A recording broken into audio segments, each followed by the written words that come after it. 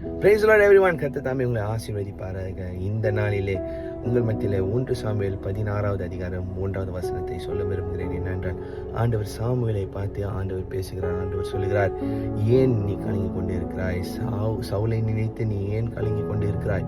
இன்றைக்கு நீங்கள் கவலையாக இருக்கக்கூடாது. ஏனென்றால் ஆண்டவர் சாமுவேலை பயன்படுத்தி இன்னும் மேலானதை செய்ய, அதாவது ஒரு மகனை அபிஷேகிக்க தாவீதை அபிஷேகிக்க ஆண்டவர் சாமுவேலை அனுப்புகிறார். எப்பொழுது நீங்க அந்த சூழ்நிலையை விட்டு நீங்க வெளியே வரும்போது தான் உங்களுக்கு ஆசீர்வாதம். சாமுவேல் நேர்த்தந்தான் கலங்கி கொண்டே இருந்து, அந்த இமோஷன்ல இருந்து, துக்கத்துல இருந்து, கவலையில இருந்து, மன உளைச்சல்ல இருந்த பெயின், அந்த வழியில இருந்து அப்படி கலங்கி கொண்டு இருந்து அவர் அப்படியே இருந்திருக்கலாம். ஆனால் தேவனோட வார்த்தை வரும்போது அவர் திடன் கொண்டு அவர் புறப்பட்டு போனார்.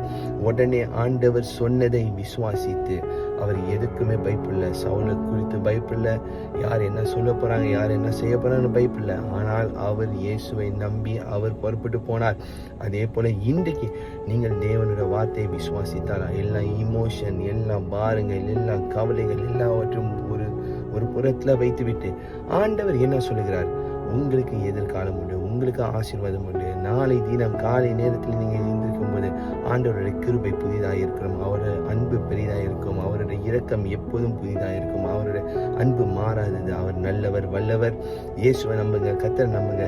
ஆண்டவர் உங்களை கைவிடாமல் ஆண்டவர் உங்களை காப்பார். உங்களுக்கு வேண்டியதை ஆண்டவர் தருவார். உங்கள் மூலமாக எப்படி ஆண்டவர் சாமுவேலை பயன்படுத்தி பெரிய காரியத்தை செய்தாரோ, பிறருக்கு ஆசீர்வாதமாய் ஆண்டவர் வைத்தாரோ, அதே போல உங்களை பயன்படுத்தி ஆண்டவர் ஆசீர்வாதமாய் மாற்றுவார். உங்கள் குடும்பத்தை ஆசீர்வதிப்பார், உங்கள் பிள்ளைகளை ஆசீர்வதிப்பார்.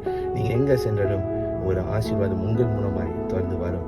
கர்த்தரை நம்புங்கள், விசுவாசமாயிருங்கள். இயேசு உங்களை நேசிக்கிறார். God bless you. See you all soon.